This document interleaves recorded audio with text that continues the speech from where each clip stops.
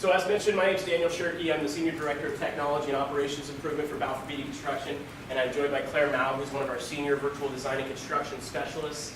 We both work for Balfour Beatty Construction, which is a part of a global infrastructure and construction firm, and I'm deeply involved in both the virtual design and construction community and in lean construction, and Claire has been active in those communities as well. And we've both had a past in working in virtual design and construction, and have used and/or participated in using Fuzor. And so today, since we are both a builder, a construction manager, and a design builder, our coverage of virtual reality actually kind of spans between design and construction.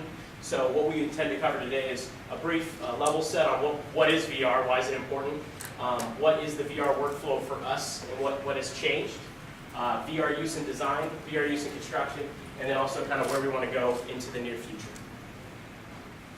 Already introduced ourselves, so first off, what is virtual reality? Now, has everybody in the room actually gotten to wear VR goggles? Right? Hands? All right, pretty cool, right? Was it a video game, the first experience? Video game simulation? Yeah. I played like a Matrix simulator, it was pretty cool. Dodging bullets and whatnot. But we're talking about today pure virtual reality. We're not talking about augmented reality. We're talking about a fully immersive state. And what's really powerful about immersive state? Who's actually heard of Twitch TV? I was at the last presentation. I had 30 people in the audience that didn't know what Twitch TV is. I was pretty blown away. I think it's owned by Amazon these days. It's like Whole Foods. And what you see here is, this is why VR is powerful. This is actually an individual live streaming on Twitch. He was doing some first impressions of a game, and he was playing a stealth game where he was looking to infiltrate an office space. And on live television, he opened a ceiling tile, or live virtual television, he opened a ceiling tile and shoved his face into the carpet of his bedroom. Because he thought he could jump through this ceiling, because he completely forgot he was in virtual reality. And this is a very powerful message to just communicate for those who don't know virtual reality, to explain how powerful it is, because it does change your perception of reality, and you truly transport into that other virtual world. And while I don't want my client to walk into a wall or anything like that, I do want them to feel like they're in that space, because the feedback they're going to feel and provide is much more impassioned and powerful. And VR could be so powerful that fight or flight instincts will kick in. And in this case, the robots caught her, and she ran, and forgot she was in VR as well. So normally you've got, the guy stumbles in there and he's like, oh no, my HTC Vive. Oh no, my girlfriend.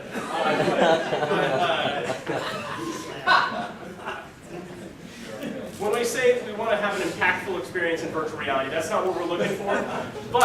But what we want is for people to be so transformed when they enter it that they are passionate about what they're seeing, and they provide better feedback.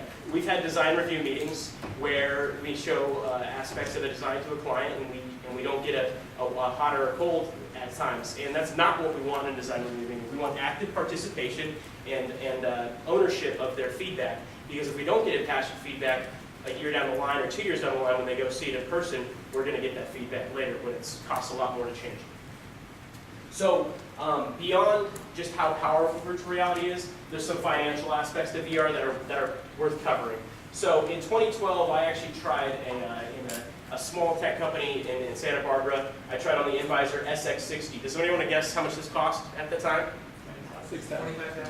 I heard 75. Good guess, Dave. I had 20 up here. Yeah, it was about 25,000 when I Googled it last. I think you can still buy them if you want a throwback. That's pretty cool. And then obviously the Oculus Rift, that costs about $500 today. And I had to adjust my slide because originally it was $700. So that was a 35 times reduction in technology. It's now 50 times cheaper, just 5 years later, for a better piece of equipment that's lighter, higher quality, and more attainable. And Facebook bought them for about $2 billion, $2 to $3 billion. And what's really important about hearing Facebook. Anybody could buy a VR company, but it wasn't Valve that bought them. It wasn't Microsoft that bought them with the intention to bring it to Xbox. It was Facebook, who is more of a communication and a global collaboration company, a social media company that is making a bet that this is going to fundamentally transform how we interact as human beings with each other. And in addition to that, it's also worth noting that if you have a phone that's younger than 2 years old, you probably have virtual reality in your pocket today, given all the peripherals and devices that are present in the market. And just to recap the Facebook comment, Mark Zuckerberg highlighted the transition from photo collaboration to live video collaboration, and he made the statement that VR is the next platform where we can be communicating with each other, where anybody can create and experience anything they want, and you can be travel across the world to meet with your colleagues, your friends, very similar to what Gensler showed, which was a pretty phenomenal experience they created there. With that, so that should give you a quick understanding of why VR is important, and then I'd like to hand it to Claire for the Fuzor workflow. It's not long ago, the way we bring our Revit and Sketch model into VR was to convert it to 3ds Max, then convert it again to Unity. That requires the user to be familiar with both softwares, which is not as user-friendly as Fuzor. And also you will need to have some basic coding skills. Thanks to software like Fuzor, now we can convert almost software models in any format to a fully rendered VR environment within one click. And the process is minutes, if not seconds. So that significantly reduced our preparation time from our original model to the VR environment. In addition, it's a bi-directional interaction between the original model and the Fuzor. Any changes made in Fuzor can be synced back to our model directly. Because of the convenience and the easy workflow that we have with that conversion, now VR has been widely accepted and adopted in our AEC industry. At Balfour Beatty, we use VR for pursuits and design assistance. Here's an example of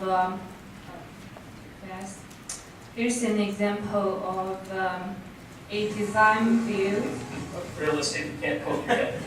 Didn't expect you down here.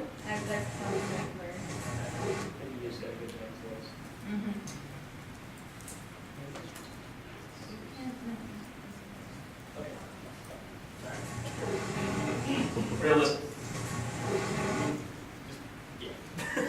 We'll just pause here. That was a design build detention facility. We invite the officer to virtually sit in her office to check if there's any blind spot when supervising inmates. So during the VR session, we were able to review the furniture layout, verify the angle of views from the control room and the camera. We adjusted the glazing placement and also realized the necessary for the enclosure.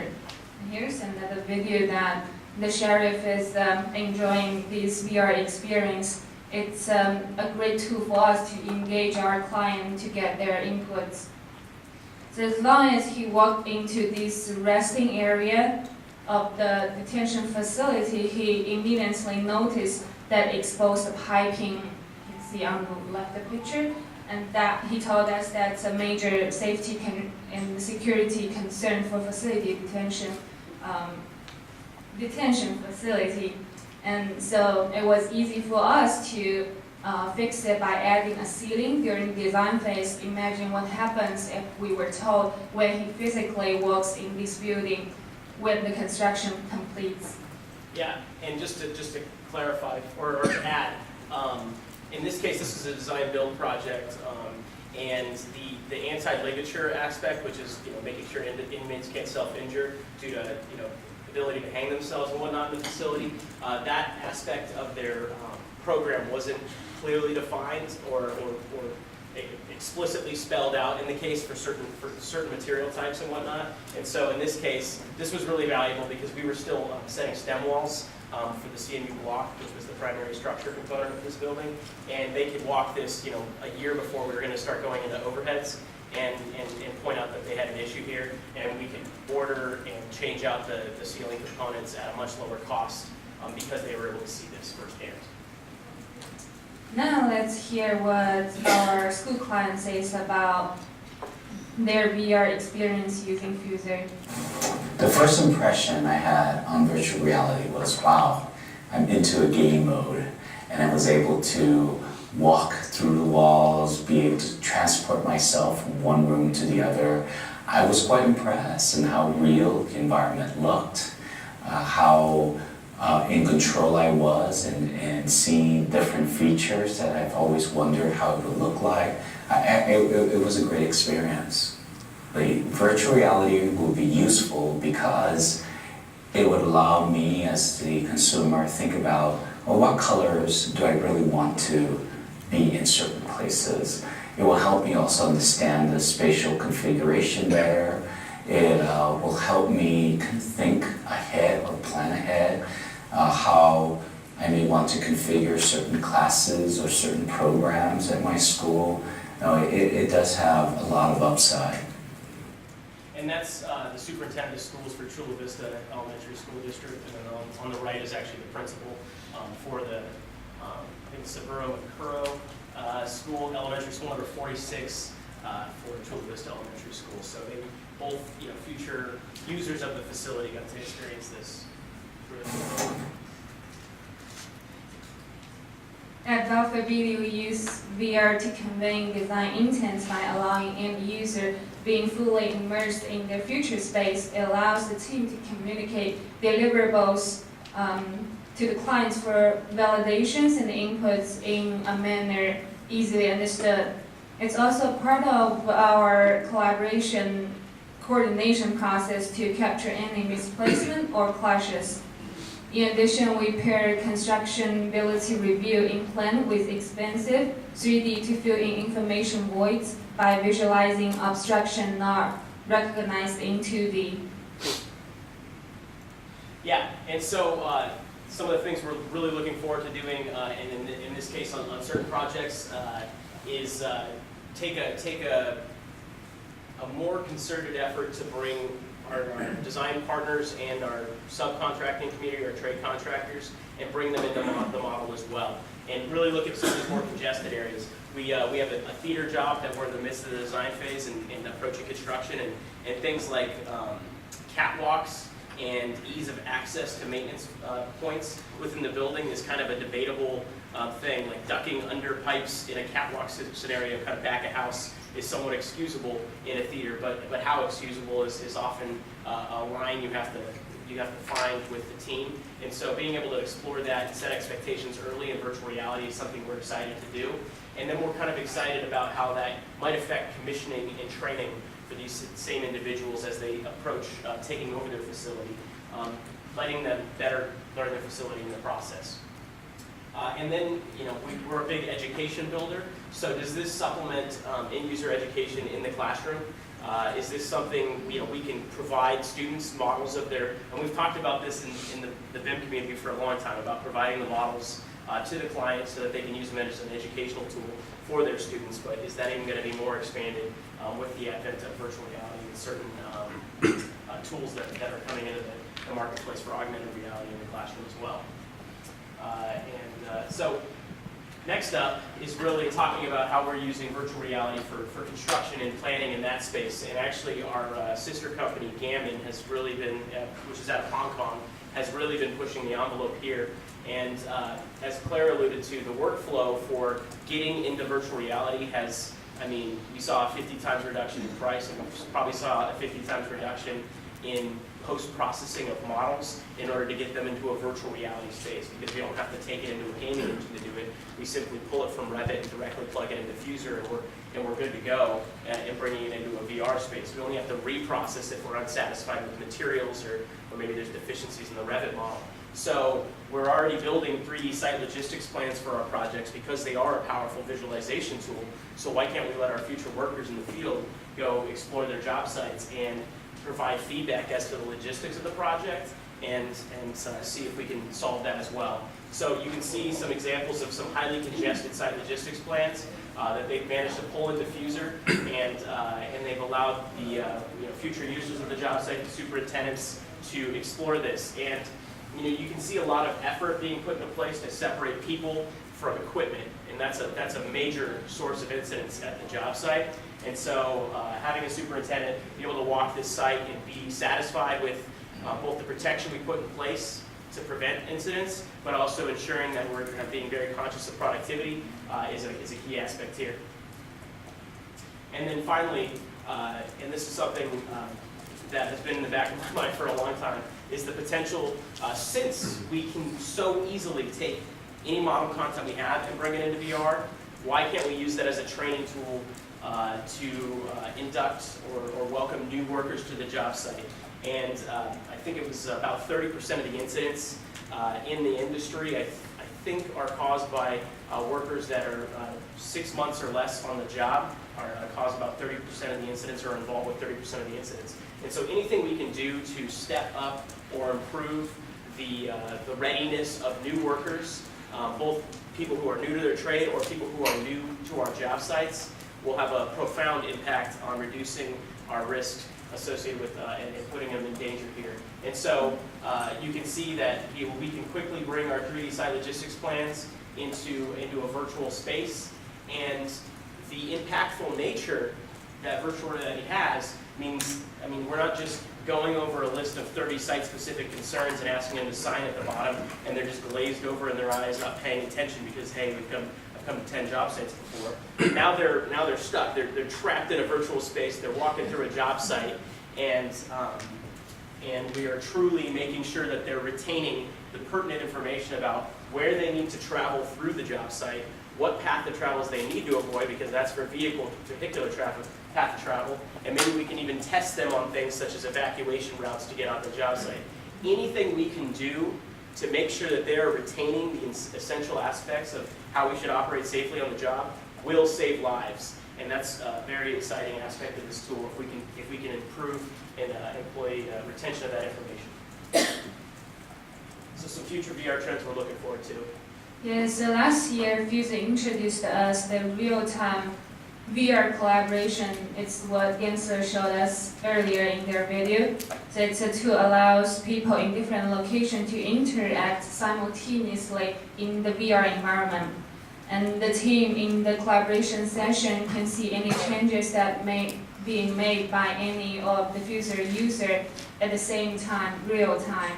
And that helps the team to understand each other better and easier. Also help us to make faster and more accurate decisions. So this tool, I see it as being something that could become very popular for international companies and for mega international projects. Yeah, and then who does a lot of GoToMeetings or join meetings or online meetings, right? Is that your favorite meeting format? Is that like way better than in person? No? You don't like online meetings? Yeah, nobody likes online meetings. I was hosting a webinar, and GoToMeeting or GoToWebinar can track if people are attentive or not. It's a depressing statistic we all see as a presenter. Yeah, the attention span of a presentation in online is I think about 10 seconds. You'll lose people constantly. So anything we can do to improve online meetings, I think, is going to have a massive impact on this. And so once again, taking a little bit of cue from Facebook, they actually dropped Facebook Spaces, and I think I'd like to parallel that with the multiple users in Fuzor and really try to think about. They're really trying to make it so that you can FaceTime in VR, both with other individuals in virtual reality, and then also allow other people to kind of actually FaceTime into VR, or you do Facebook video, and they can join a little virtual party online. Now that's really cool. You can do some selfies in VR, but I want to throw a site logistics plan on a table and have 5 people collaborate over it. And I want to, and so I really want to. We've always thrown around the term, and we've talked about how powerful getting multiple people from multiple disciplines in the same workspace together, creating a big room. But that's usually been cost prohibitive to a lot of projects. Sub $100 million. You don't see a lot of big rooms. And so, is virtual reality going to bring that capability to smaller projects? Because we're using a technological tool to bridge that gap, and I do believe that's coming quite quickly. So, looking forward to that trend as well. So, with that, I think we can take questions, or we can move on and say thank you.